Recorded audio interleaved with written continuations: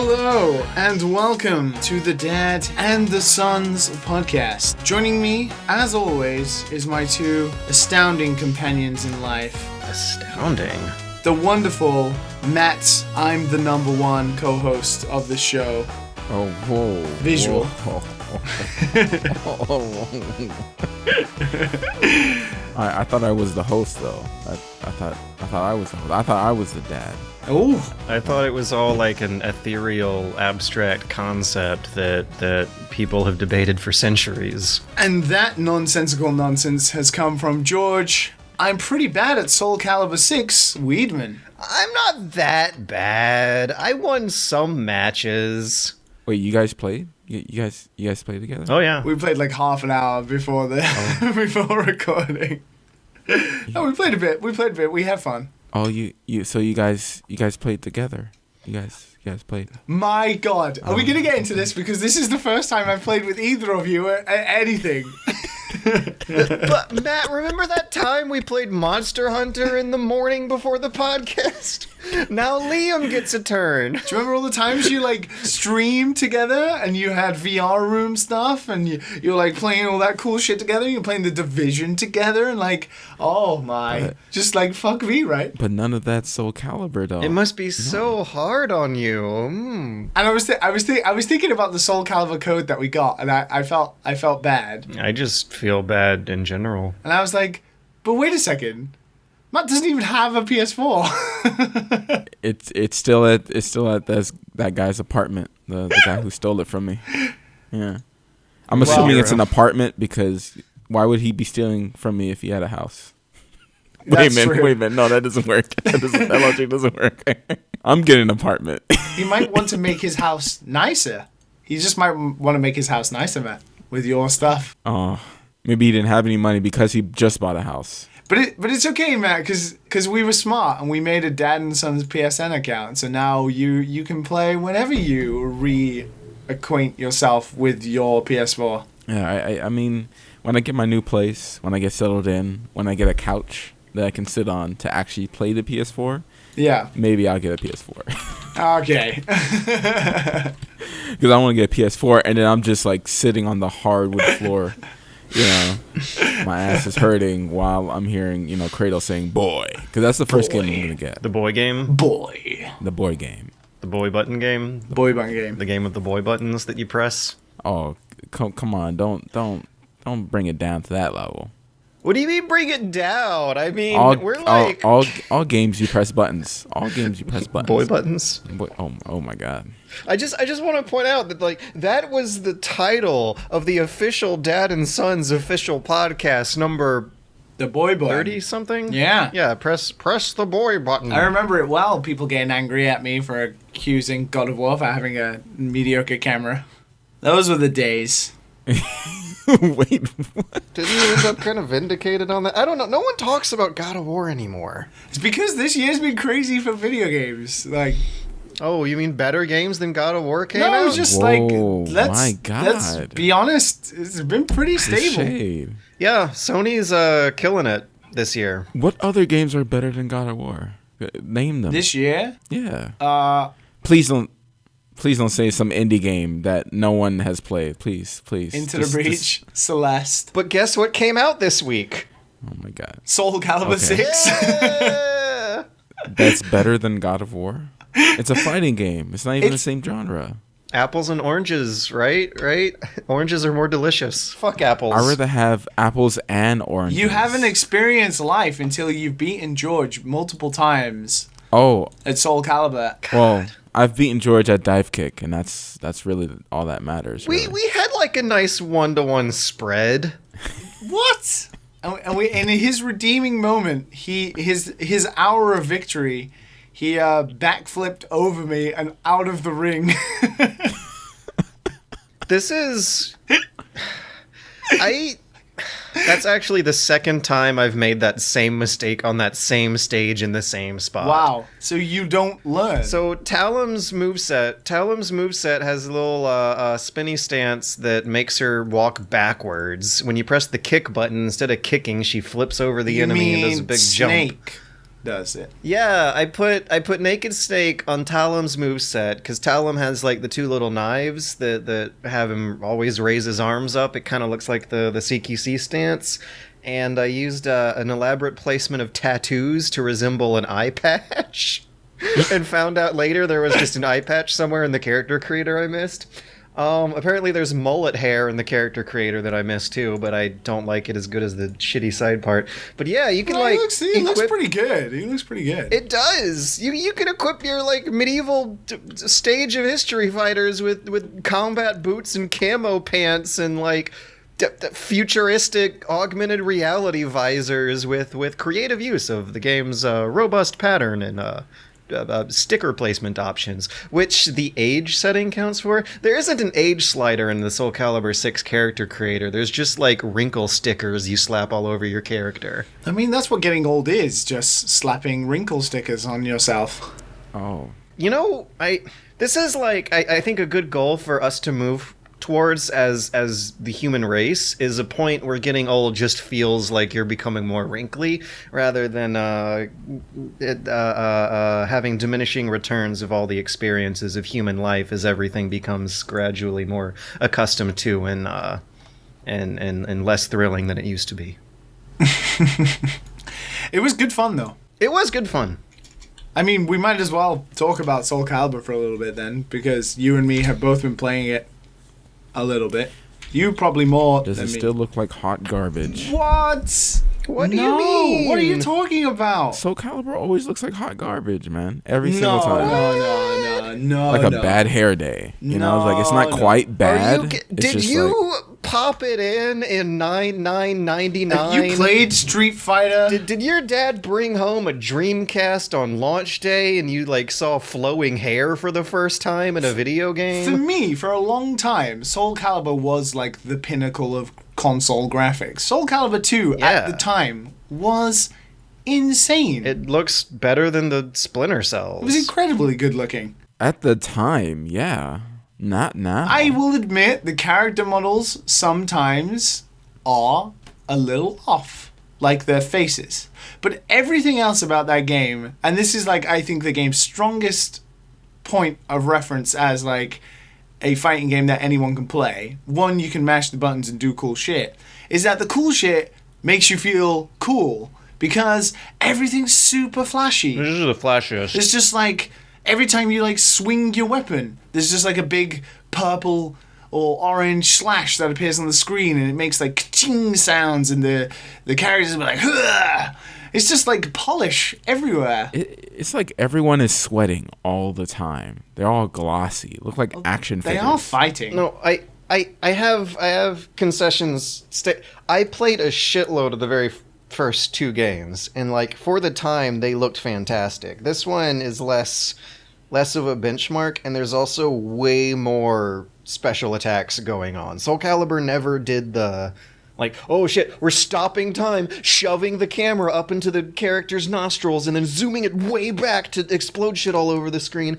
I don't know, I never played 5, and I did not play much of 4, but I don't remember that going on. And in this one... Wasn't 4 the one that had fucking Darth Vader and Yoda in it? Yeah, and The Apprentice. Huh. And that's also when people's clothes started exploding. It was a good addition. In this one, you got the exploding clothes. I saw Snake's eye patch explode off his face. I wonder why they didn't do the console-exclusive guest character. They could have, like, Kratos on PS3 and, like, PS3? Witcher on PC and I don't know, fucking a Forza car for Xbone. Oh, wait, that's right. The Xbox version of 4 had, Girl. Oh, no, that was the Master Chief. It had Spawn. I was thinking of Dead or Alive 4 for a second. The Xbox One back in the day, Soul Calibur 2, had Spawn. The PlayStation 1 was Heihachi, wasn't it? We all know the superior version was the GameCube one with Link. Yeah, the one with Link. Yeah, easily. But yeah, this one feels a little. This one feels a little more like a traditional fighting game. The thing that I loved about the old Soul Calibur games was it was a little more slow-paced and smooth, and there was like this graceful transition between moves that, What? like you were saying, was really good to pick up and get into. You could just hammer buttons and do flashy stuff. That's why Soul Calibur's cool. You could learn, though. You could learn. In this one, Whoa. It's a lot more forgiving than other fighting games. You think this one's more forgiving? I think Soul Calibur in general is way more forgiving. Right, but this one is I feel like a one that they took a step to like, oh, okay, this is a home console game people are going to play for 60 hours, whereas the ones I played as a kid were like arcade games meant to just throw a quarter in, mash buttons, and go. I see what you're saying, but then they throw it all away by adding in a rock, paper, scissors button. That doesn't throw it away. That's mind games. You It's not get used mind to games. what button. Fighting games doing random chance stuff like that is not. It's not random chance. You got to pay attention to what kind of button your opponent likes to mash and expect them to do that. And I also told you when we were playing that you can do a dodge in the middle of that clash. You can use the directional buttons as well to anticipate what button they're going to be mashing. It's still and rock, land paper, a scissors. follow-up that has extra damage. I'm sorry, the Soul Calibur police But George, are after me. who was winning though? George, wasn't it Liam that was winning? It was. So button mashing Well, is what winning. really matters is the fun we had. I will say, and to be fair, I was playing the game more traditionally, where I was sort of alternating between the attacks I knew from previous Soul Calibur games. George, on the other hand, very much liked the rock paper system Yeah. and used it increasingly often. Yeah. George likes to win. He doesn't like to play fair. He likes to win. George likes to spam. There's no respect in George, you know? I'm going to hold that thought and come back to it later. Whenever the rock paper thing does come up, if you don't even like it, you can just press the block button and you're good. You mean every 10 seconds when you were doing it? Yeah. And you can exploit that. If I'm doing it, then you can, like, figure out that I'm doing it. There's that parry move that it begins. You can grab me during that. I mean, my finger's on R1. It's not anywhere near the attack buttons, and that's where your finger's got to be to counter that. I enjoyed our matches. I'm not complaining about them. I won most of them. I'm sure you enjoyed it, but it's eventually you'll learn the difference between, like... I think this is just good news for Soul Calibur. It's an enjoyable game. And gradually you'll learn to enjoy the subtle differences between a reversal edge and a critical edge and a guard impact and a counter and a clash dodge reversal Hadouken spookin. I just like how, for people who don't know you and they listen to you, you're like romanticizing button mashing. It's just like, oh yeah, the critical. You're saying all these names out, but really, when you get down to it, you're just like smashing the buttons, like, why am I not winning? No. He's pretty. 6 is not a button masher. He's pretty strategic. He does the same moves over and over again. He waits. He tries to wait for his opportunity to do the same thing. Repeat that again. What does he? No, do over it's and not over like random button mashing. He uses the same buttons strategically. He doesn't just randomly button mash. This sounds like dive kick again. What is using the same button strategically other than a description of, like, I don't know, every video game ever? No, because you wouldn't use other buttons. You would just necessarily use R1 and then the fancy combo where you did the fire punch. I'm in the middle of my fighting game on my Sony PlayStation 4 entertainment device. Let me walk over to my computer and start pressing buttons there. Also, going back to graphically talking about Soul Calibur, I want to defend it because this game has polish all over the place. It's really like all the stages. Yeah, even on the characters, they're super shiny. No. Like all the stages have like are gorgeous, and they have like swinging intros with like voiceovers. Like polish doesn't just mean like not buggy and not looking good. It's just like everything is like good. Like if you compare it to like Street Fighter V. That came out with like no story mode, no arcade mode or something. It still doesn't have a story mode. And it's fucking ugly. It's ugly as shit. No one will ever convince me that Street Fighter V is a good looking game because it's not.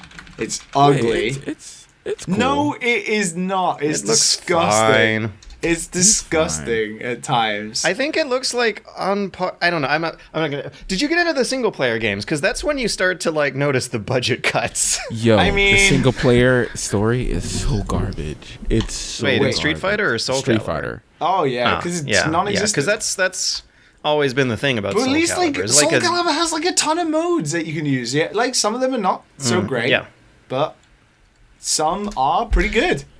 I mean, I have yet modes. to find an aspect of the game that I like really and truly dislike. I'm still figuring out how the handle character those R2 customization specials. thing, although is good, is cumbersome, and it's hard to the find. menus are kind of laggy Yeah, in general. and it's hard to find other people's creations. You can only do it randomly instead of searching for stuff, by which matching is up with them. stupid. And also, I spent a good hour creating a custom character, and then the new mode for this Soul Calibur game is called Libra that of actually Souls. pissed me off. And the whole point of Libra of Souls is to create a custom character and then go and do like the retold story of the Soul Edge with your own character. with your own character, like it's like an RPG. But you can't import the character you just made in the character creator into Libra of Souls. You have to make a whole entire new character. Your Libra character is going to be exclusive to that mode. It's so anyone who does not have the stupid. game, don't spend a lot of time on the character creator in Libra of Souls if you want people on the internet to see your character creator stuff. Or don't do what I did, which is spend ages making a character thinking, well, of course you can import. Of course you can import your character into Libra of Souls. That would be the dumbest shit. And then go into Libra of Souls, and then you can't customize. You can't import the custom character you just made, so you don't play it for 3 days because you're like, well, fuck this. I'm still having fun. I made It's I fun. spent my sweet ass time making a naked snake. I gave him like camo pattern pants. I used the stickers to do the eye patch, even the knee pad, even the neck microphone is on there somewhere. I got real detailed with it. You can just slap a gun onto your characters. There's a gun somewhere in the character creator. So Naked Snake has like an antique medieval flintlock pistol on his belt. And then for Libra of Souls, I made a cute tiny girl with a deep demon voice. But yeah, budget cuts. There's not a lot of stages in this one, and in the Libra of Souls mode, when you go on an expedition into the ocean, if you have to sail your character across the seas, sometimes there'll be random encounters on your way, and it'll be like, oh no, a new challenger appears, and a little story pop-up will be like, assassins are awaking you in the night. And I was like, oh, okay, I guess like my ship is being boarded, and it will load into a forest map when you're like in the middle of the Indian Ocean. They look good, though. They look good. Yeah. I suppose. I mean, they like actually. You know, speaking of polish, they like did some bump mapping on Tacky's nipples, as is normal for Soul Calibur. Wow. Impressive. Do you guys remember that in Soul Calibur 2 when you're like an 11-year-old boy and you plop it in and you're like, wow, they actually bothered to give Tacky's nipples a poly count? Well, I wasn't necessarily looking at that particular part of the breast, but okay. Oh, are you more of a they bothered to give animated at a all poly count to Tacky's butt crack kind of guy? Yeah, I mean, you'll be very displeased by Eevee's. Okay, we're not diving into the subject. We're just gonna back up. We're just gonna back up here. The quality and the polish of the Tacky model in every one of these games is above and beyond. Am I right, guys? Hey, they know where they're spending the budget. I mean, they've got to focus. Everyone else looks like garbage. They nail that They focus. spend all their budget on Tacky's nipples. I will admit, Geralt looks pretty respectable. He looks like Geralt. I don't know whether I wonder, yeah, they could have just ported the model over. Well, it depends if it uses the same engine or the modeling software, whatever they modeled. Yeah. No, But- isn't it easy, Liam? Isn't making games easy? Can't you just port a model over? Super easy, Matt. Like, Okay. you never even would even have to think about it. Do you know what? It's easier to import a model from one engine to another, or like from Blender to something, than it is to set up a Mumble server. I mean, they're all like made in either like Blender, 3DS, or Maya or whatever. It's It's like you save and export the model into whatever other tool is. Like, I don't know shit about modeling. So yeah, Soul Calibur 6 is good. It's fine. I don't know if it will take the same place in my heart as the older two, the first two did, but I'm having a blast with it right now, and I'm looking forward to learning it and figuring out more. And let's see, what's the reg line? I'm gonna practice and play Soul Calibur 6 on the go, and come back and kick your ass. Well, I await the day. Get good, scrub. Maybe this time I won't jump off the edge. Get good, scrub. But yeah, what else? A lot of good games came out this week. We got Soul Calibur 6. Fuck yeah, I did. We got the Thronebreaker. Oh yeah, speaking of the adventures of Gerald of Riviera, the Thronebreaker single player campaign of the Gwent franchise came out. I actually want to give that a try. It's got okay-ish reviews, early to mid 80s. Prior, or was this like a surprise release? Because I'd never heard of it until last week. It's about time. It just never really got a lot of press or marketing. I saw it at Gamescom a year and a half ago. So it's been known about for a while. And the return of the Obra Dinn, Papers, Please creator, made a new game that has just as cool of an art style. It does. Liam, I helped you've been out. playing that, haven't you? Yeah. Wait, what? Did you, George? You liked my tweet. Yeah, but that was 2 a.m. last night before I went to bed doing mental exercises, memorizing my Talum combos. Do you just like everything I post? Is that nice of you? I like everyone. Aw. I like you. Did you hear that, Matt? At least someone does. Yeah. What? I was saying that to everyone, including the listeners. Exactly. How special do you feel now, Liam? How special do you feel Matt, now? it was so funny. After the shade you threw last week, there was just people in the YouTube comments like, "I love you, Liam," and I'm like, "Thanks, guys." Which is what you wanted. I hope Matt does too. No, I only want to be noticed by my senpai. The visual.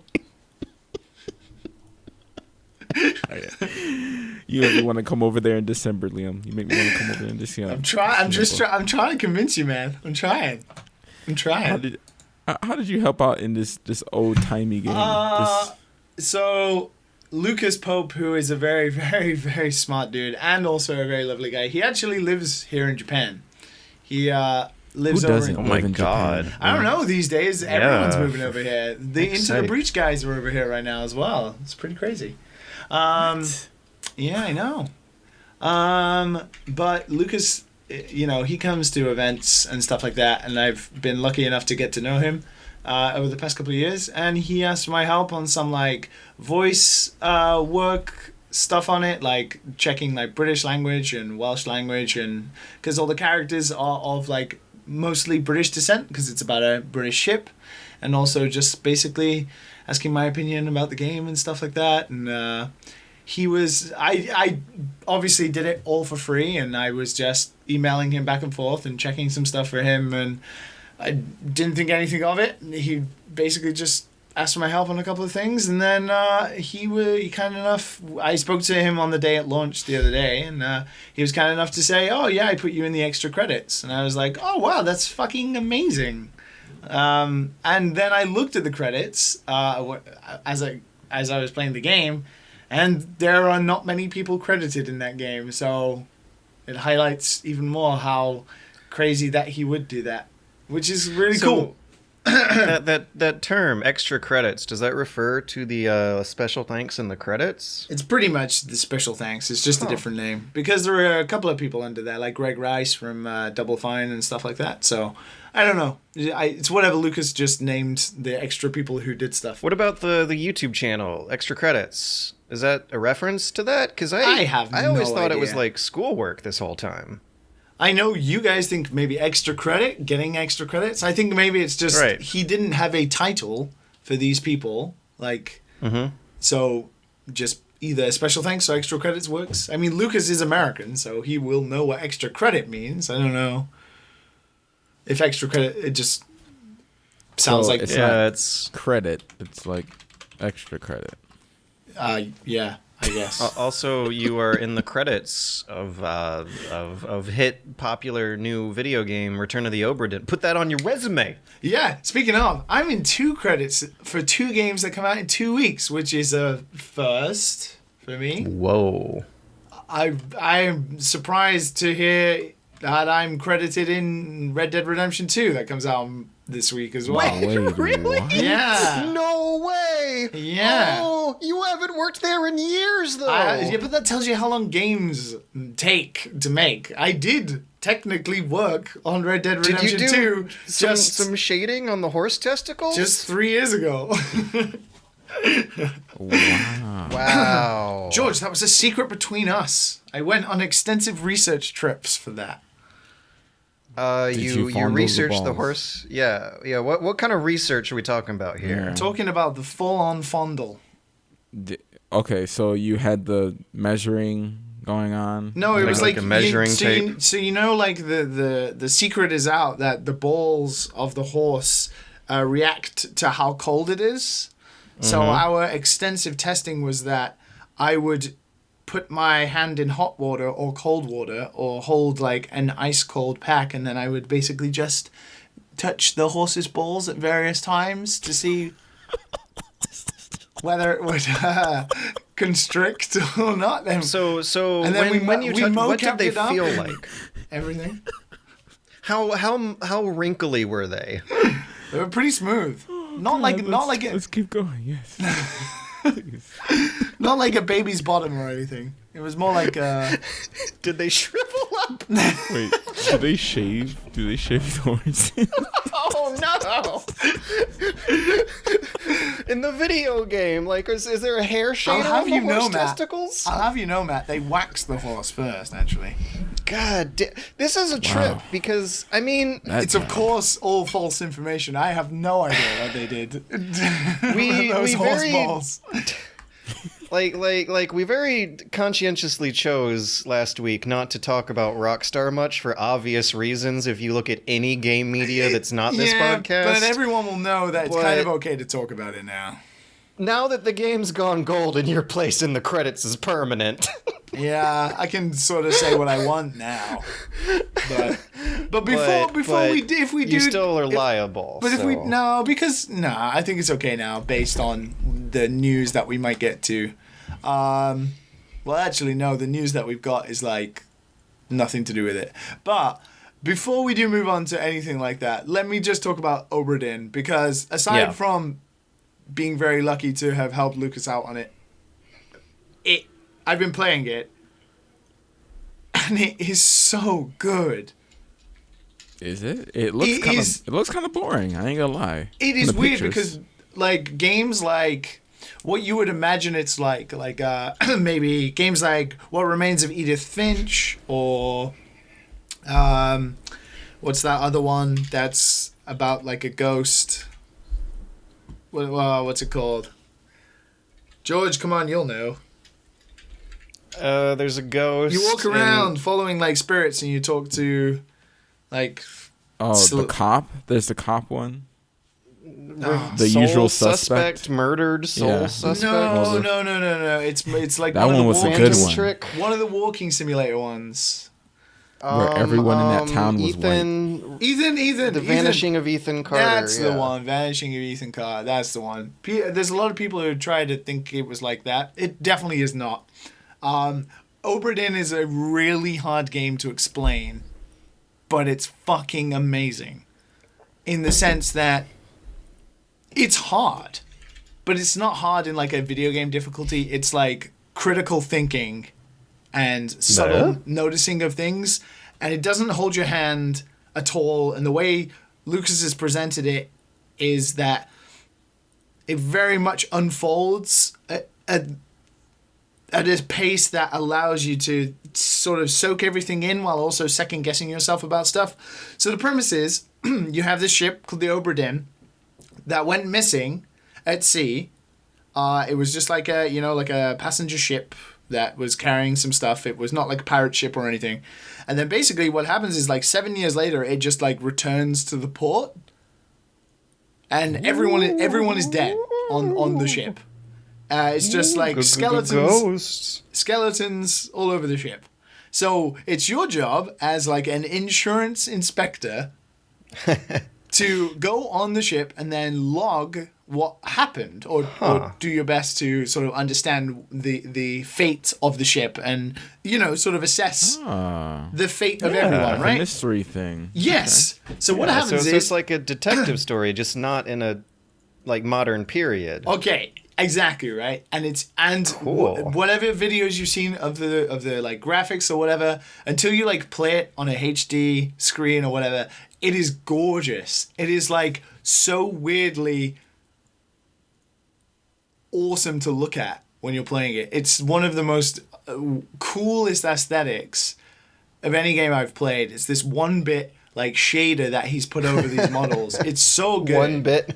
It is 1-bit. It's literally 1-bit graphics. It's like Macintosh there graphics. There aren't that many like sepia tone black and white games out there. But it's not even that. You can change the graphical style like from like 1-bit Macintosh to 1-bit like IBM, or 1-bit like old, like any of the old computers, and it changes like the 1-bit graphical style of the shader to match the old computers that maybe you're used to. That's in the settings, and that's by the by. But so what happens is you go on the ship and you have like this magical stopwatch that when you stand next to a skeleton, you can flip out the stopwatch and you can like not pause time or rewind time, but you go into like an alternate dimension of when the exact moment of the death happened. But it's not a cutscene or anything. It's murdered soul like, suspect. No. It's a, I don't know if it is. I've never played that game, but it's a diorama. It's essentially a diorama of the murder. So everything is like freeze framed at the moment of the death, and you have all the people involved standing still. The weapon is like lodged into the person, like, whether they've been shot, so like half their head is exploding out the back of their skull, or they've been clubbed to death, so it just has like a club in the back of their head. But it's amazing. So the idea is then you have like a period of time, for the first time you check it out, to walk around. Like, you don't interact with them, you don't move them or anything. You walk around and you assess what has happened. And the idea is that you have to piece together who the person is that died, how they actually died, because sometimes it'll trick you into thinking that they've been like stabbed, but actually like the weapon was maybe like a bayonet or something. So it was maybe like they were. It has all this different terminology, and you have to get it correct. And the idea is you walk around these like dioramas, almost like an inverse crime scene. And you have to then piece together who the killer was, who the people involved were, how they died. But the way the game presents it is not in like a video game way at all. It doesn't like have like things that glow in front of you that's like, ooh, look at this object, this shiny object. You can click it and it will give you a hint. It basically is you walk into the diorama after hearing maybe like a brief bit of dialogue before the diorama freezes.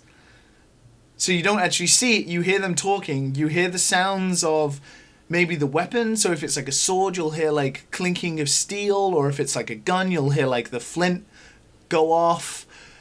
Basically everything is a clue. Like the sound of the weapon you can hear while the text is appearing on the screen. Everyone has an ethnicity, so the sound of their voice, whether they're like Scottish and they have a Scottish accent, that will give you a clue, or maybe they're Russian and they're speaking in Russian. Everything is a clue in that game, and you don't even realize it. and like what they're wearing, or maybe the way they're positioned, like if they're injured. The clothes they're wearing depends on like the rank of who they are. So then you can single out maybe this person's of higher rank than this person. So this person would be like a second mate or something like that. And just everything around you, you have to piece together to then put in this notebook how they died, what the situation was. And oh my God, when you get it right, because it's so easy to like go down a rabbit hole of just like checking out tons of skeletons and then trying to like piece together like this guy killed this guy, then this guy survived for another 10 minutes, and then this guy killed him, and then it did this, and then this giant squid killed everyone, and then you just spoilers. Spoilers. And it's like one of the first things you see. So I wouldn't. Why do people always say that? Oh, it's not spoilers. It's the first 10 minutes. Why do people say what every reviewer? IGN, all you guys need to shut up. All of you. But okay. Oh my God! Like the way you go down the rabbit hole in this game to try and figure stuff out is amazing. It is really, really good, and it's so hard to stop thinking about it when you turn it off, because there'll be like people whose faces, because you have to kind of like pair them to this like crew picture of them all. Like there's this very blurry picture of all of the crew, and you have to like sort of unblur it, and the more you find out details about them, the more clear they become in the picture. And it's not like a photorealistic picture, it's like an old ship drawing, so they're obscure anyway. And it's slowly like you're unraveling who killed who, or like what the fate of everyone.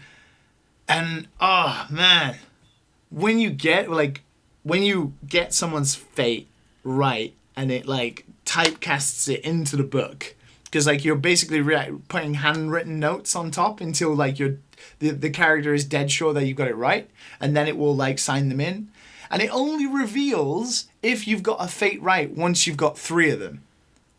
So for like a long time, you'll be sort of like second guessing yourself whether like the person you've chosen or written down is the correct person. But then once you've got 3 correct, the game will then tell you that three more fates have been solved. So they're all tied together. And you're just like, fuck, I'm a genius. This is the best. So you mentioned giant squids. And I wanted to question how serious into the historical period the game is, because I'm like super fascinated by history right now for apocalypse news reasons.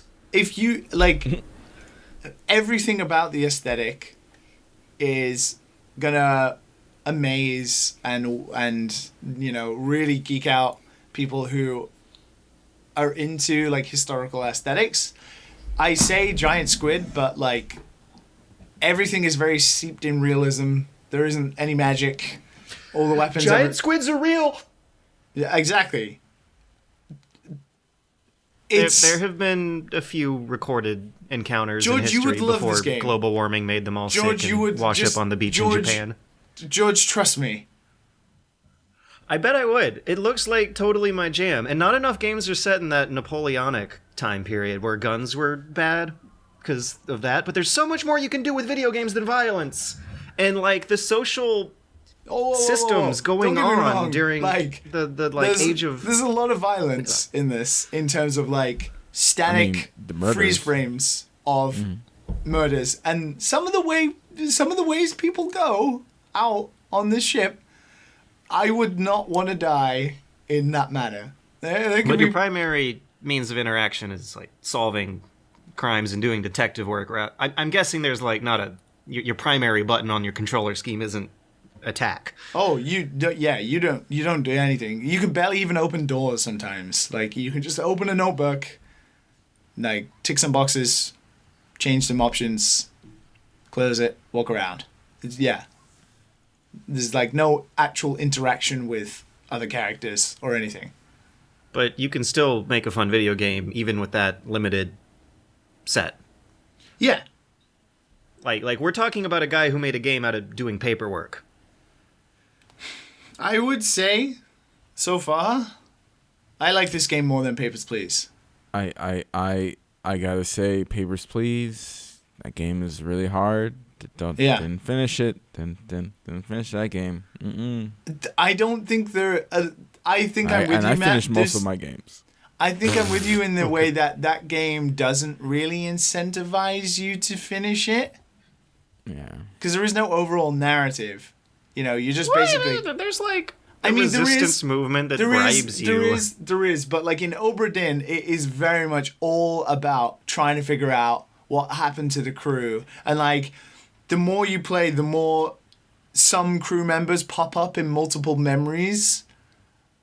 And then you start to figure out who they were or what type of character they were. And like, how it ends for them, but you're tracing back their history on the ship a little bit.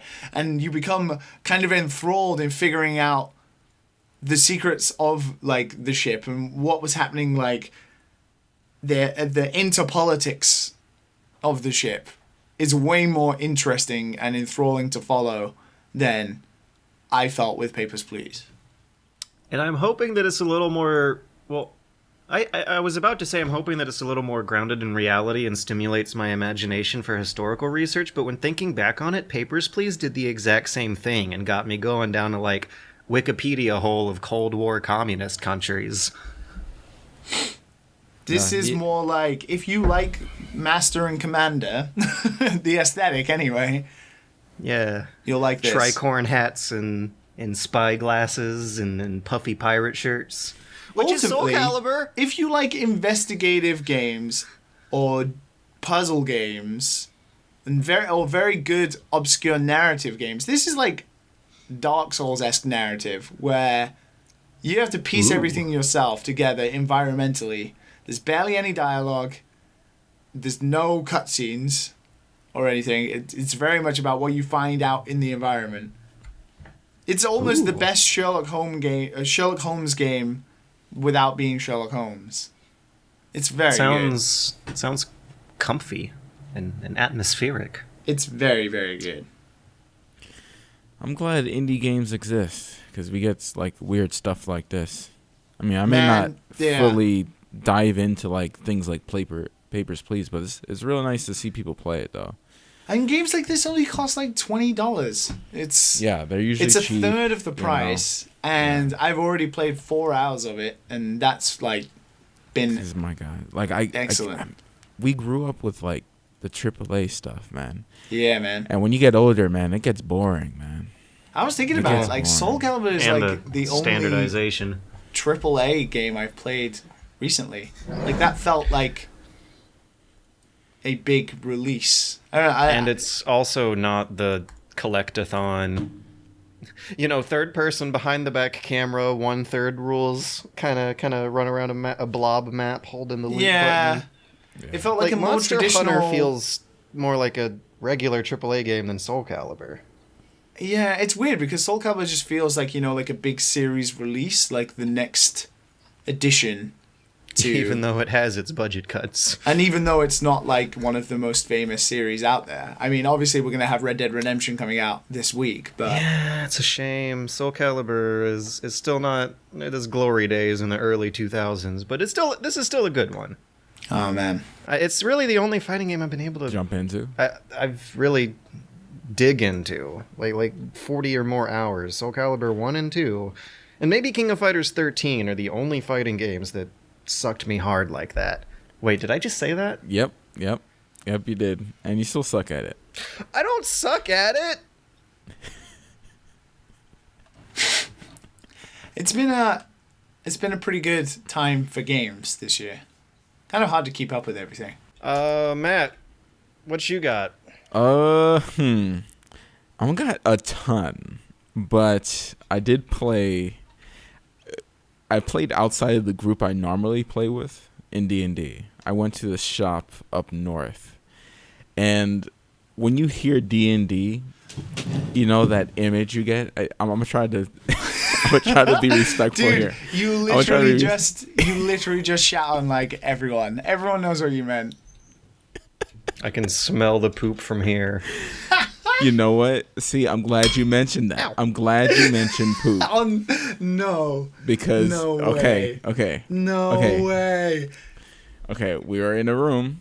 Oh. All right. The dungeon master was a good dungeon master. Okay, he said he got taught by the person who made the game years ago. What have to do with poop though? But the smell of the room was. Oh. Yeah. There was a guy next to me who kept farting, and no one addressed it. No one. No one wanted to say anything. no one addressed it. There was a noob. There was me. I was new, and then there was another guy next to me that was new, and it was. No one seemed to be reacted to anything. The smell, nothing. But it was very interesting to play a game with like super like the super nerds. They're not very. It's not very like open to you making jokes or anything like that. When you try to kind of the tryhards derail, you try to derail a couple things. It doesn't really work. And the dungeon master, it wasn't the dungeon master's fault. It was more like the players that I was playing with that were like, I had like a moody rogue he got frustrated at like everything. Like if we're not following the specific path all the time, following the plan, he gets mad in real life. That it wasn't a role-playing thing. It was getting mad, and it made the whole room uncomfortable. I almost wanted to leave at one point, but I was like, nah, I want my adventure points because I want to level up. I'm here. I drove 40 minutes. I'm gonna get my points and I'm gonna leave. And it was cool. It was like a good map. Like you have to go through these tombs, and then you some type of god possesses you or whatever like that, and you get like these crazy powers. But it like turns your character weird. Like I got this guy who makes you do things recklessly. You can't follow the plan at any point, so your character has to like constantly do stupid stuff.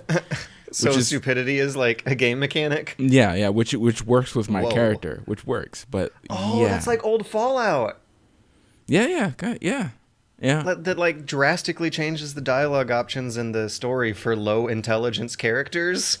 Yeah, and if you roleplay well, it makes for a very fun experience. So, but yeah, I don't know if I want to. I don't know if I want to do that again. and it sucks because I have one of the pieces, and I think I need to talk to the dungeon master. But like, yo, can you just hand my important piece to someone there, because I don't think I'm going to be coming back. You just said that. Yeah, because it's weird when you really do, like, for people who have had a bad experience playing the game, I would say you definitely have to find the right group of people. And I don't even necessarily have a group. I just have a bunch of people I've met through like 4 times of going to the same place that we all sometimes hook up, sometimes we don't. Sometimes I have a new dungeon master, sometimes I have a new set of players, but they all have like the same. We all have the same vibe. We're there to have fun. You know, we role play and everything like that. We do get serious, but it's not to the point that people get mad at each other or anything like that. There's like a good environment at the place I go to, but this place is something completely different.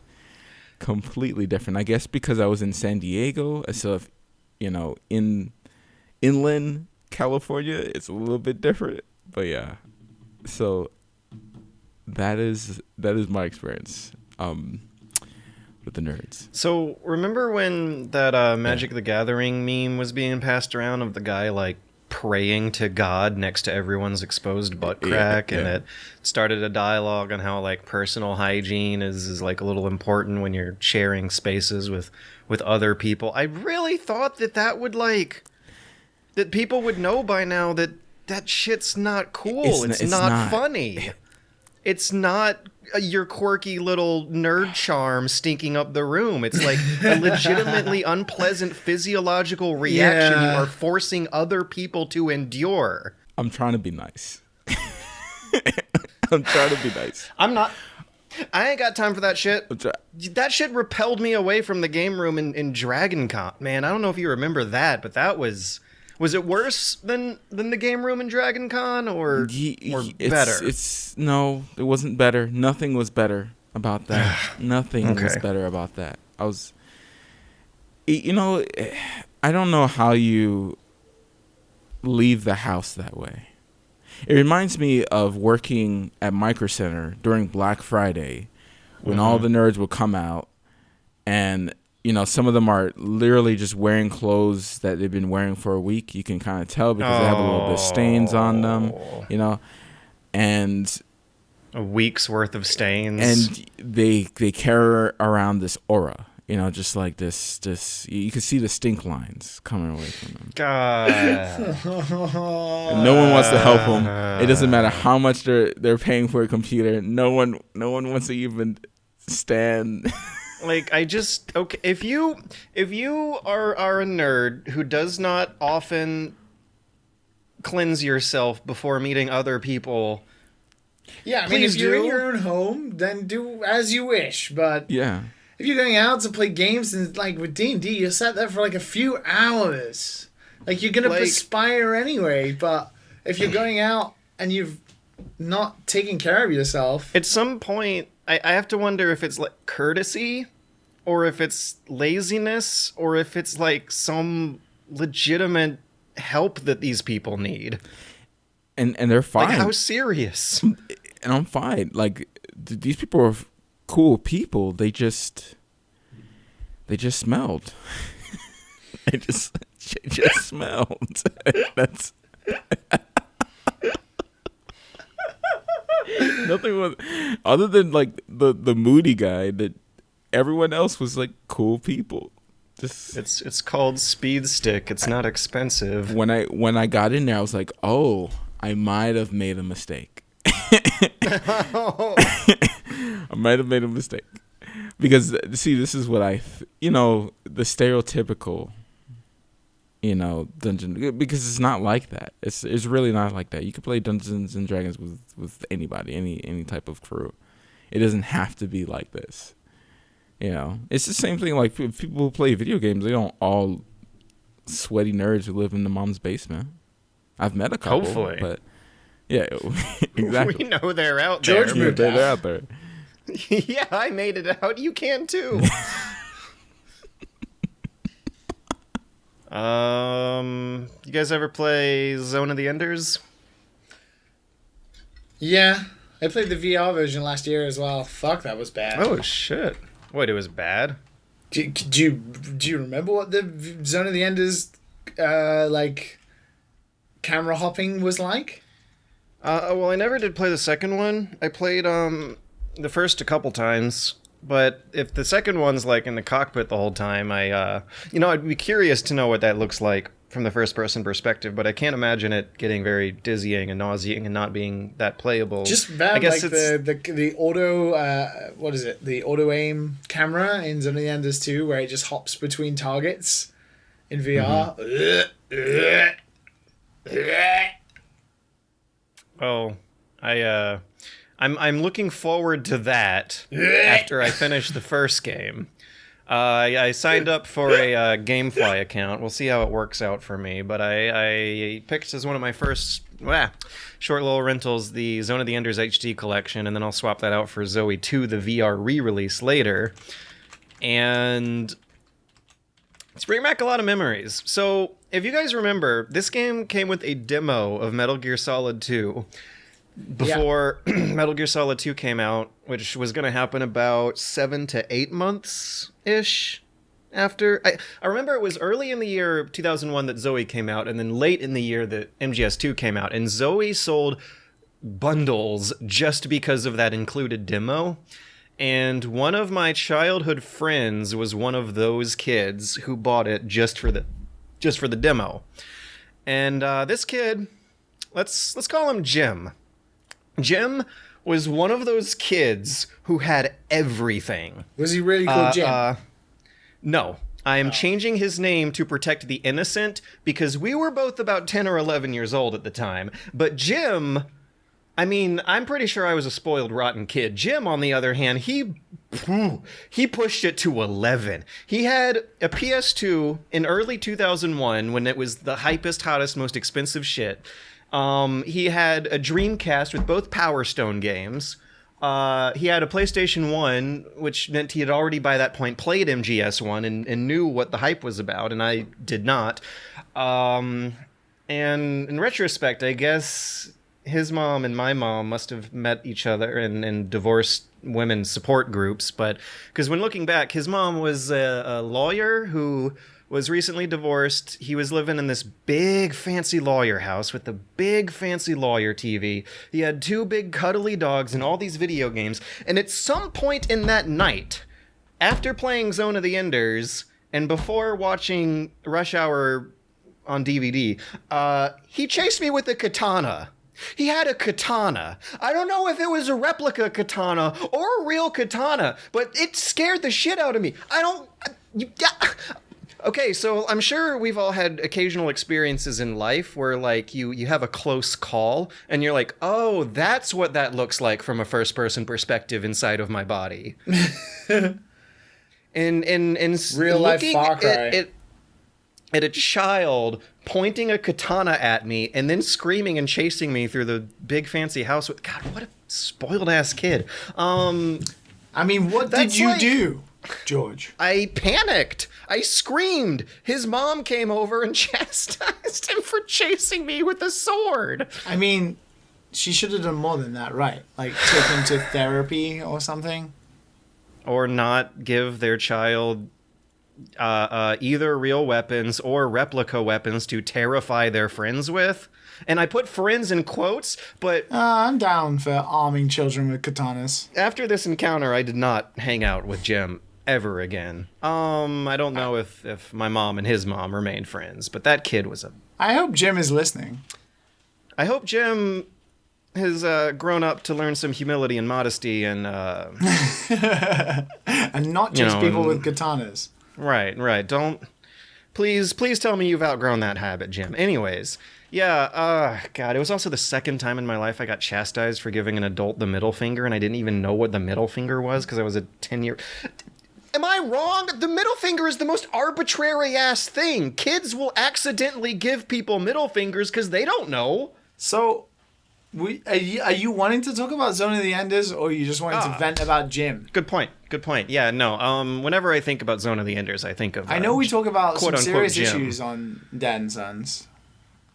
Yeah. Zone of the Enders, it's all right. It's okay. It's combat is really some freaking one-button mashing stuff that I hope gets more complicated in the sequel, and I hear it is, because...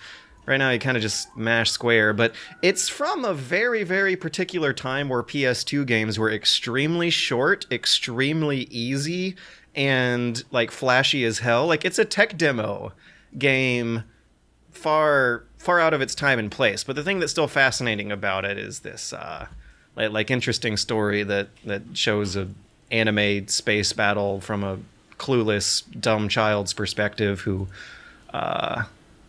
seems to relate to these like normal houses and normal roads that are in the space colony. As I've grown older, I've seen shit like that in Gundam and other Kojima games. Police Knots is all about that juxtaposition. But as a kid, it was really, really fascinating to look at the space colony, see normal houses, normal cars, and a clueless 10-year-old boy like what I was at the time, and be like, huh. Yeah, no, I guess if people end up going to space, they might still be normal people. And it's a fascinating visual style and setting, and I'm wondering though what else is going to be compelling about the game as I go through it and finally finish something up. Finally finish it up after all those years. But yeah, it's okay. It's cute. So you spend your time giving up on Assassin's Creed to play Zone of the Enders. Yeah. I play a little bit more Assassin's Creed. Balls, don't you?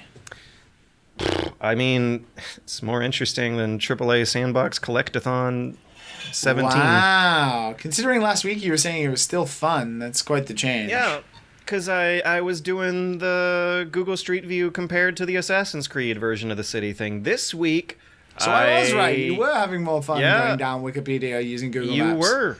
You totally were, because I went back to the main story, did some side quests. I was bored out of my mind. I do not like the combat in that game, especially through the streaming. Everything feels so laggy and delayed, and even once your attacks hit, like, that Odyssey just feels like it's lacking impact and like a satisfying feel to its combat animations. Your character darts with no sense of like weight or inertia to her, and all of everyone's voice acting is monotone. AAA sandbox number 17.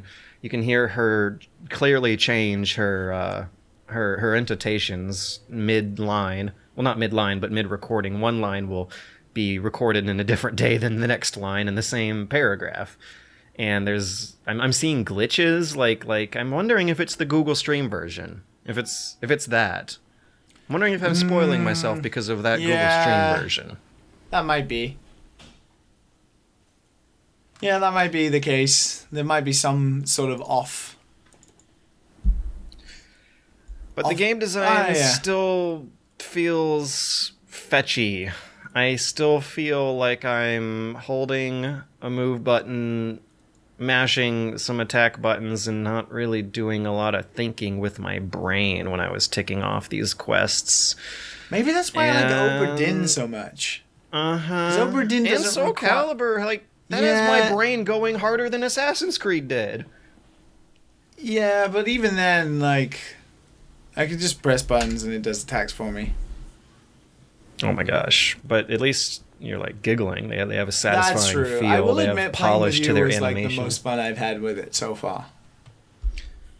Don't sleep on those single player modes. Even losing.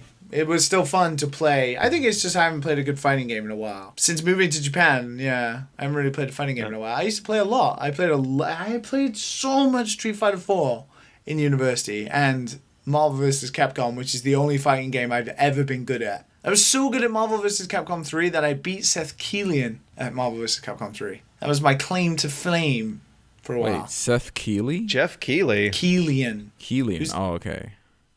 I was about to say, I was like, the brother of Jeff Keighley? Beth Keeley? David Keeley? Jeff Keighley, like the robotic guy, the host. Def to Keeley? No, stop. Don't threaten to kill people on the Dadencast. Doesn't Jeff Keighley kind of like remind you of the guy from Facebook? Like very robotic? A little bit, yeah. I can see that. Someone posted this Twitter of Jeff Keighley the other day. Zuckerberg? That I think you guys should see. It's fucking incredible. If I can find it. I would love to have him on the show. Jeff Keighley. Stop being a Ryan Seacrest and jump in to our show. Hang out with the smelly, sweaty nerds. Oh, God. Oh, no. Where is it? I can't remember what it was called. How can I even post a link to the picture for the listeners at home? I know. I want everyone to see. It was like for an advert for a TV show he did once. It was like Jeff Keighley's Game On or something. Jeff Keighley's Game On? You think we might be able to find it over the break? Jeff Keighley Game On. Wait, no break. No break. What do you mean? I just got my freedom. But all right. I really, really have to poop. All right, go poop. Speaking of smelly nerds. Old Spice body wash can't block odor for 16 hours. What? It's me.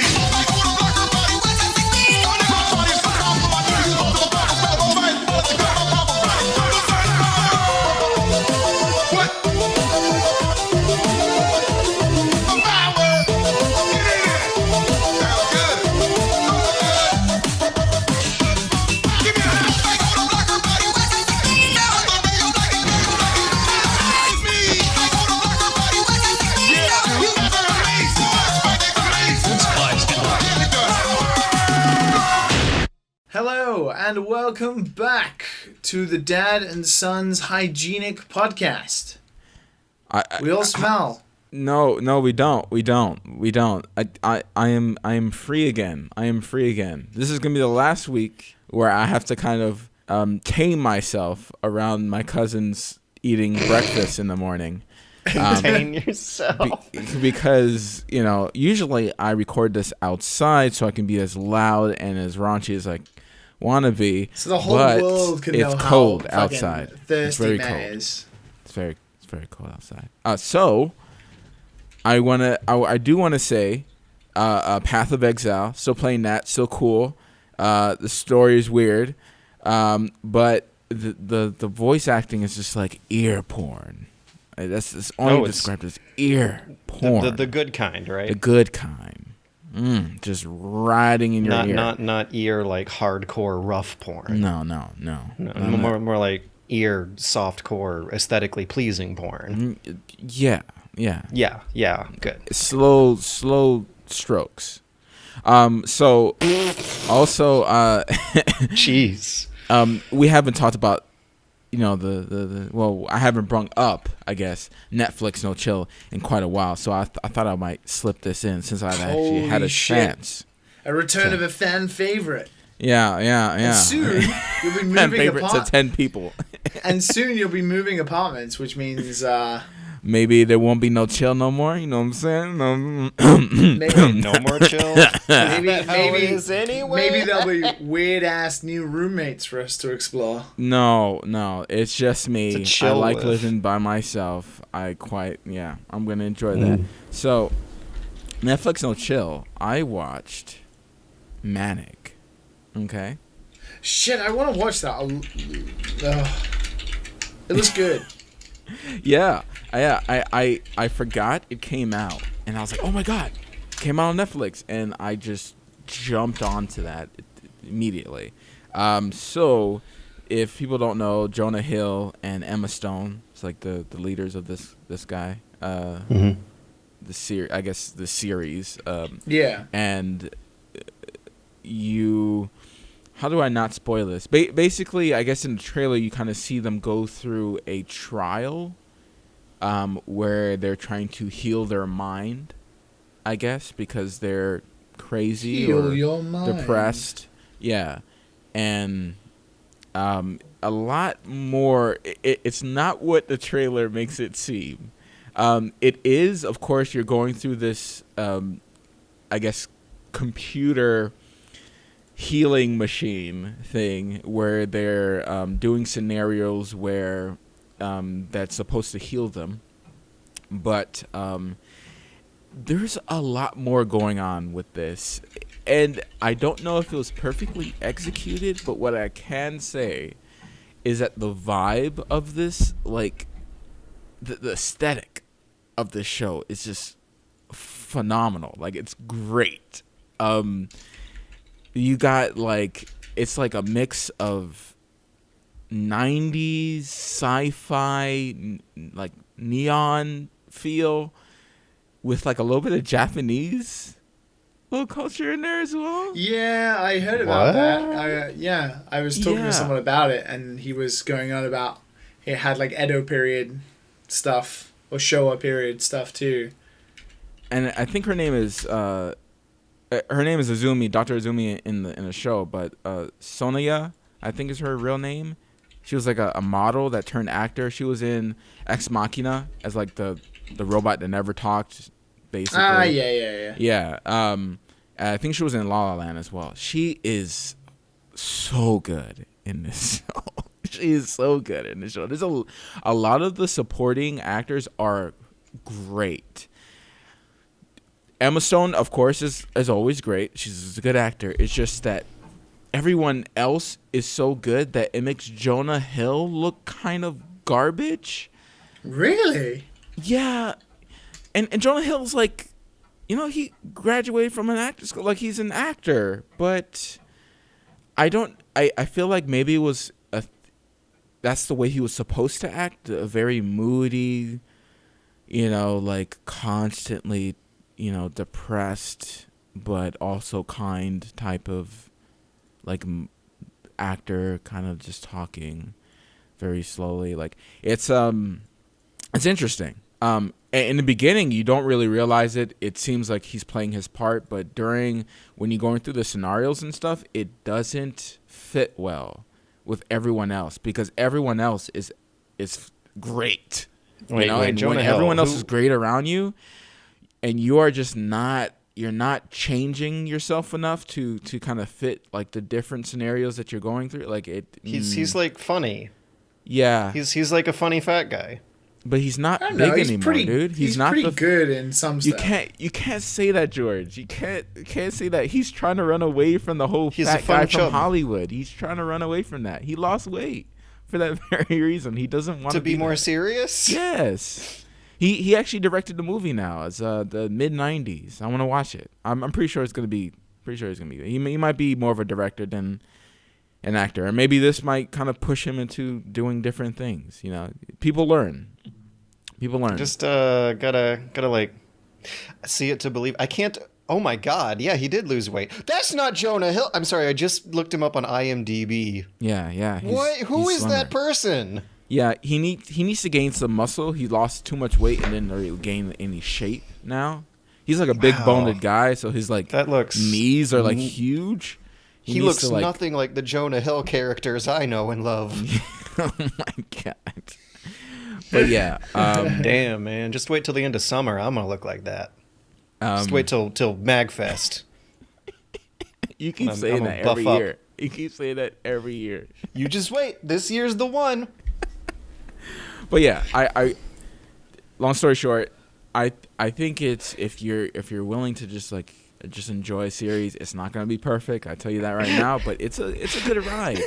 I would say it's a little unsatisfying at the end. I'm giving you a lot of different feelings right now, but I still feel like I needed to watch this. It was still good. Speaking of good rides that have cut a long story short, TechCrunch is reporting that Oculus has canceled the Rift 2 prototype, a next-generation headset in development for PC platforms.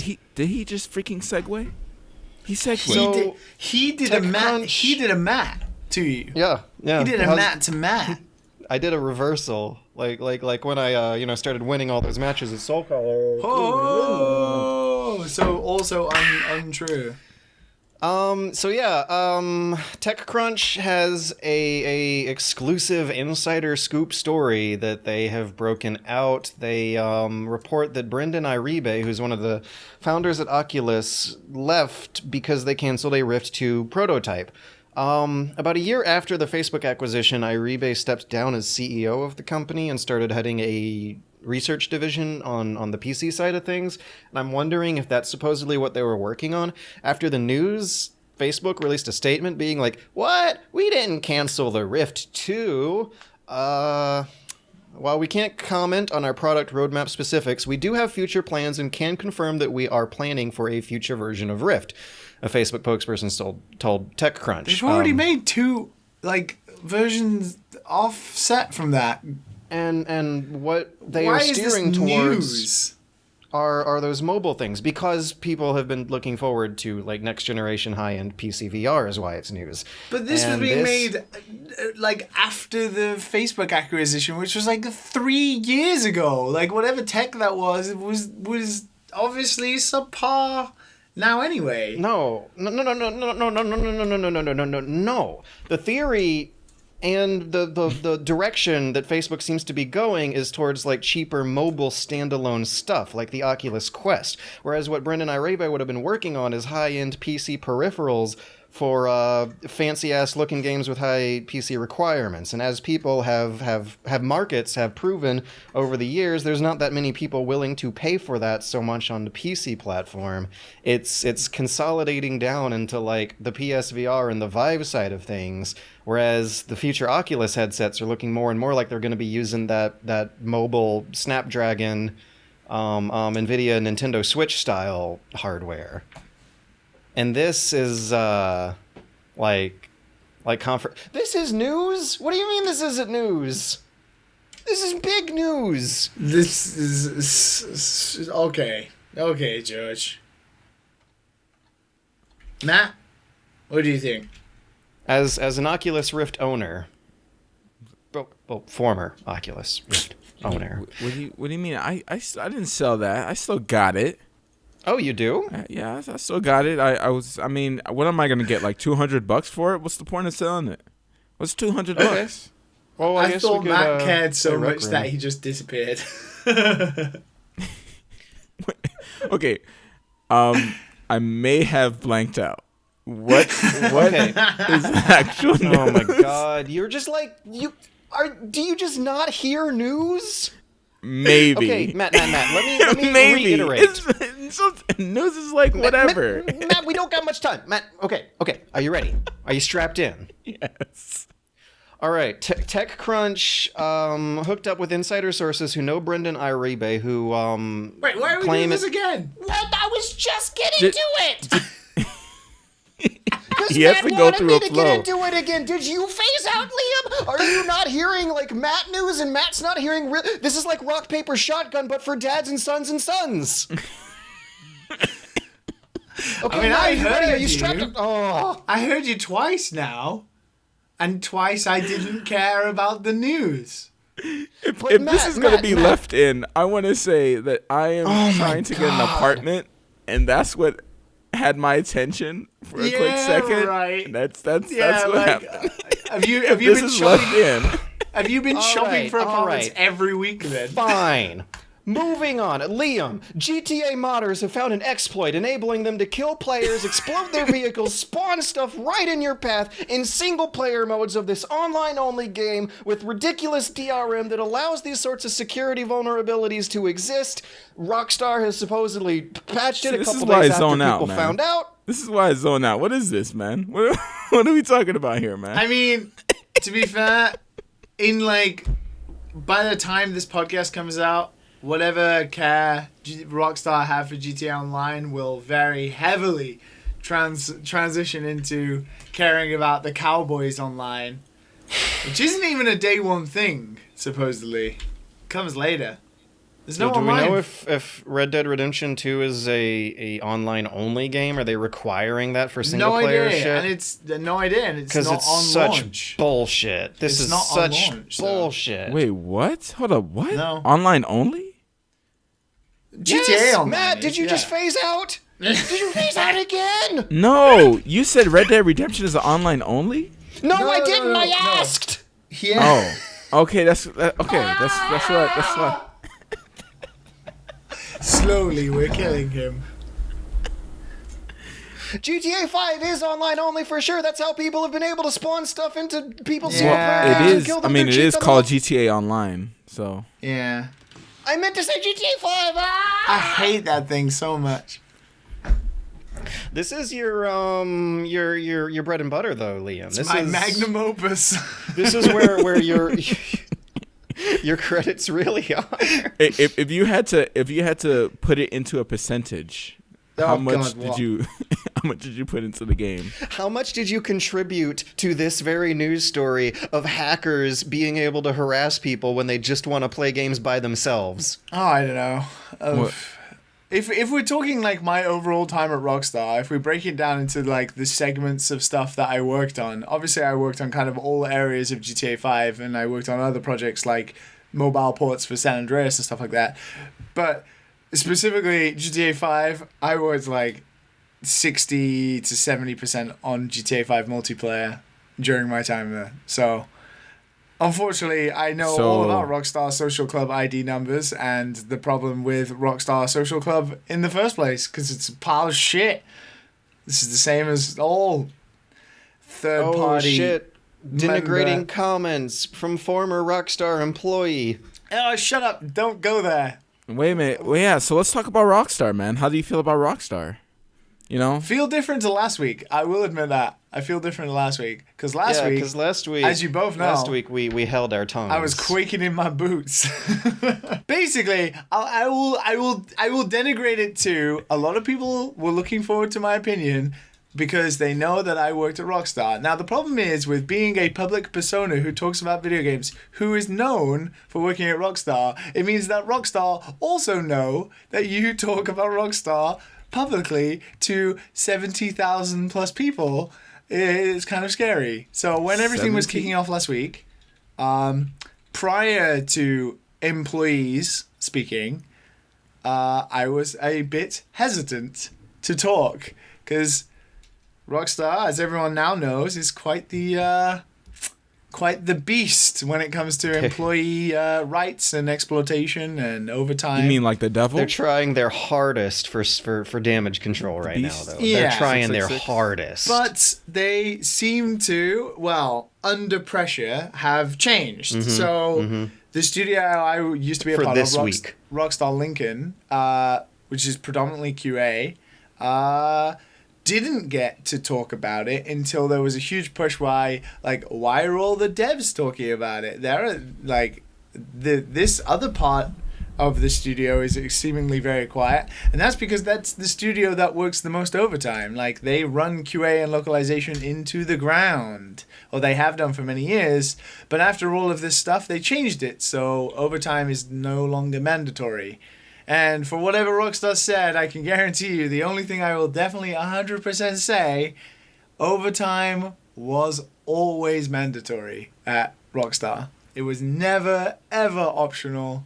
Whatever PR message comes out or whatever the Hauser brothers say, no matter what, overtime was always mandatory at Rockstar. Am I cutting that? Or No, you can leave that bit in.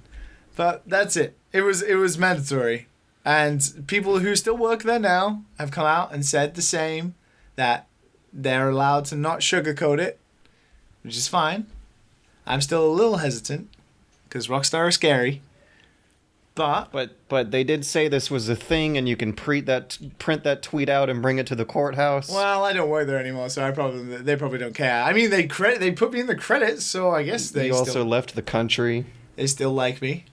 No, I enjoyed. What Liam is trying to with... say is that Rockstar is garbage, and they like to trash No, any Audio person 2. who comes No. in because they can be replaced by any dope from college who That's wants kind to of make true. games for a living.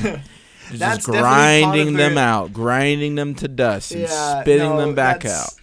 That's the sad reality. Unfortunately, one of the many messages to exploit you into working overtime was that this is a job that thousands of people want. So we will just replace you if you don't do the work.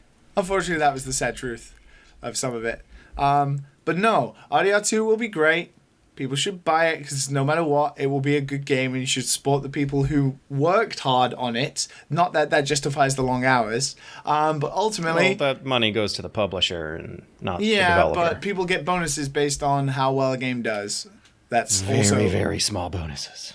Well, I don't know. At least the guys at Telltale did. Yeah, Rockstar How are a bit small more is the generous bonus? and also a bit more well off than Telltale by the tenfold.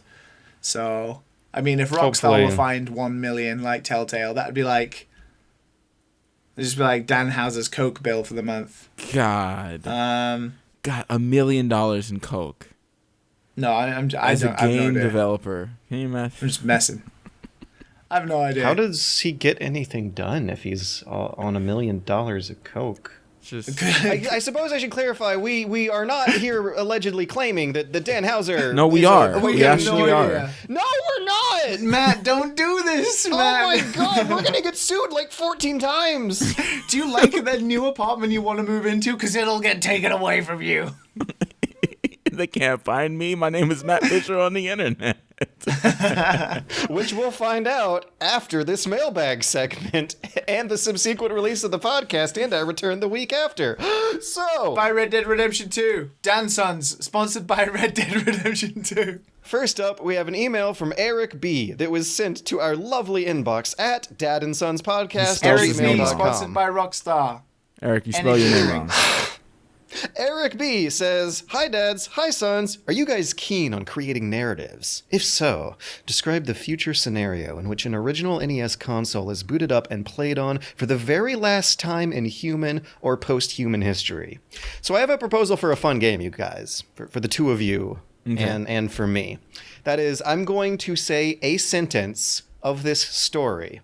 You guys can follow it up with the next sentence of this story. And the story ultimately has to be about the very last time in human or post-human history anyone boots an original NES console up. Are you guys ready? Okay. Sentence number 1 of our original short dad story is, Matt Visual walked in the room. Oh, okay. Matt Visual walked in the room, and he went over to the kitchen. All right, Liam, your turn. He made a taco. A robot taco from the future.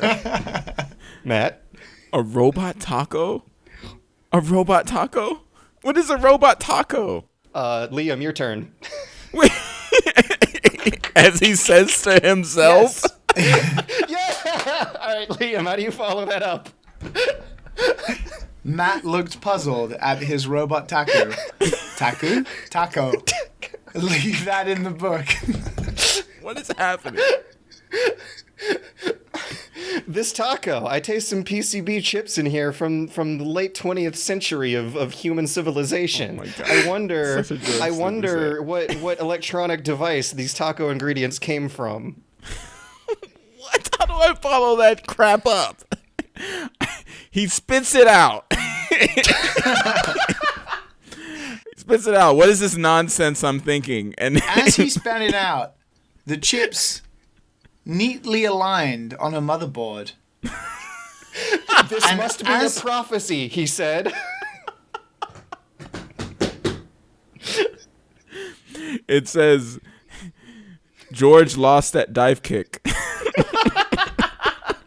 And underneath, in giant lettering, it said, N.E. George lost at Soul Calibur 6 as well. Yes. Matt sighed, put his pants on, and said, time to play some old video games, I guess. As soon as he grabs the cartridge. Wait, we've jumped straight to he now knows what video games are.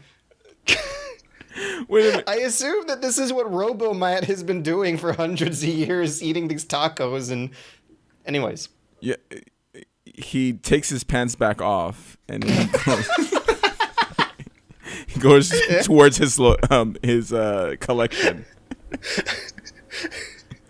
He picks out the wonderful Tetris and puts it in for what might be the last time in history or post-human history that an NES console would be booted up, because at that moment it didn't work. No, I think that's it. Ding, ding, ding. No, wait. So he took the cartridge. He takes it out to blow the cartridge. He took the cartridge out to blow it. But then the moon crashed into the earth, and Matt died pantless. And that was the last time an original NES console is ever going to be booted up and played for the very last time in human or post-human history. Also, doesn't Chewbacca die by having a moon land on him? That was a mess. Are you serious? I believe in the comic canon, Chewbacca dies by, being on a planet where a moon lands on him. Was he playing a Nintendo? How did he have Chewbacca pants die? on? Yeah. In the 1990 novel Vector Prime by R.A. Salvatore, the first in the New Jedi Order series, Chewbacca sacrifices his life to save Han's son Anakin from a collision between the planet Serenpidal and one of its moons. Lumpa-Wappa-Rump and Lowbacker offer to assume Chewbacca's life's debt to Han. Remember how Chewbacca's little cousin in the TV show Christmas special was named Lumpy the Wookiee? How do they come up with these names? I don't know, but Matt died the same way Chewbacca did. So, you guys... Robo Matt, eating his Robo Taco. Oh my god, is this our friend Peter? Peter Peter. You guys remember Piotr from last week with the Lightspeed play-by-email spaceship combat game, right? Oh, yeah. Piotr has a question. Seeing how you are all professional game producers / reviewers / players, I would like to... Throw that name around loosely. Very generous there, Piotr. I would like to ask you what kind of filler buy an content... apartment. There's nothing professional about us. We just talked about robot tacos. I would like to ask you what kind of filler content and in which circumstances do you find most acceptable? I presume the name evokes bad memories of question mark filled maps and grinding for XP, but if one were to remove all that is not strictly necessary, games would take half an hour and books would be 50 pages long. That's not true. Yeah, I feel like that's debatable. One needs to pad out the length of the game somehow, aka give players an opportunity to play around with games and systems, and the result will be different in FPSs, RPGs, and adventure games, but how should it look like? Mini games. The question I think here is a matter of perspective. If the content's gonna feel like filler, they're already doing it wrong. Like, you should not conscientiously, as a developer, be labeling stuff filler. At that point, you're kind of selling yourself short. And it might, and if it does not feel, if the padding, if side quests are filler. Every RPG ever that's ever had a side quest is filler. It's not part of the main narrative. So. But if it's good, it's not going to feel like filler. You wouldn't even know. Do you define it still as filler? Do you call it enjoyable filler? Or like the bubble ninjas from One Piece? Enjoyable filler? I mean, I'm thinking of the side quests in The Witcher 3. They were really freaking good. They totally padded out the length, but they did not feel like filler because I feel like anyone who played those games and didn't do them was missing out on the best part of that game. Yeah, it took that game seasoning for the main dish, you know? Yeah. It made the main story better. It's not like Ni no Kuni. I keep thinking about Ni no Kuni every single time. But Ni no Kuni with the base building and all this type of stuff, like that game would have been a lot shorter if I didn't have to build a kingdom and all this type of crap and keep fast traveling back to the kingdom to do some random quest to help some person I didn't care about. You know. And that's why I also think it's questionable thinking that like any kind of media needs to be padded out. If the media would only last 30 minutes without the filler, then maybe it should just be 30 minutes long. Yeah, it should be. Yeah. And TV shows and Netflix shows are like of a shorter length, and no one has been complaining this whole time about that because that actually allows producers to filler with completely other modes, I think is fine. The games that have mini games in them, like Triple Triad, or Gwent. Does that count as filler? No, but that's the point because it's good. But yeah, exactly. But that's my point. It's like if you are talking about filler where it's side quests that are just watered down, shitty versions of the main quest, like fetch quests, which are inherently bad. Then I'm missing my pumpkins. Go find my pumpkins. I'm missing my pumpkins. All 57 of them. Yeah. Who wants 57 pumpkins, woman? But you know, but if it's if it's like Gwent, and the idea is that you have this whole other thing going on as a part of the game, where maybe it intertwines with the main narrative, where you have to train to get good at Gwent, so you can beat a baron because he's really, really good, and to get information from him, you need to go in a mental match of Gwent against him. But to do that, you have to go to different pubs around the world of The Witcher to get better at Gwent. That would be good because you're unraveling a new fleshed out mode into it while also fleshing out the main narrative. Or there could be fun, memorable stories to it. I have vivid-ass memories of the side quest in The Witcher 3 Blood and Wine of the dwarves who start a riot because they didn't like the rules in the new version of Gwent. Yeah. Just like all nerds everywhere. Yeah, collect 56 of my chickens and throw them back in my coop. That seems like it was something conscientiously developed as filler. The examples we're giving, I feel like there's creative energy there. You can tell there was a passion put into making it. It's an interesting idea that they are throwing their established mechanics that they already know are fun. They're throwing those things into new, interesting scenarios rather than throwing them at you again and again and again. It's really hard because filler, by definition, is a negative connotation in media. Yep. So which he says. Yeah. So I mean, there's already a lot of filler out there that you just don't realize is filler because and you like it. Piotr, you say, if one were to remove all those not strictly necessary, games would take half an hour and books would be 50 pages long. Then, in that case, they'd be called a demo and a short story and would already have an established, acceptable, beloved place in the world to exist in. That's true. I think we're good. I think people have accepted a standard of what counts as filler and whatnot, and that the term fetch quest has a narrow Tell enough us definition. your favorite filler. Send us questions. We are actually running low on questions this week, but next week we would like to have plenty. So mail your questions in to dadandsonspodcast@gmail.com. Dad Den submissions as well, which are your fantasy game ideas. Send us their name, their gameplay concept, their main mechanics, their art style, their themes, your projected money and time budget for a fantasy game you just want to hear us talk Only about one and think paragraph about. is accepted. Brevity is the soul of wit. Only one paragraph. Also, add who_the_dad_7 maybe play Soul Calibur against one of us. If our free PSN trial lasts that long.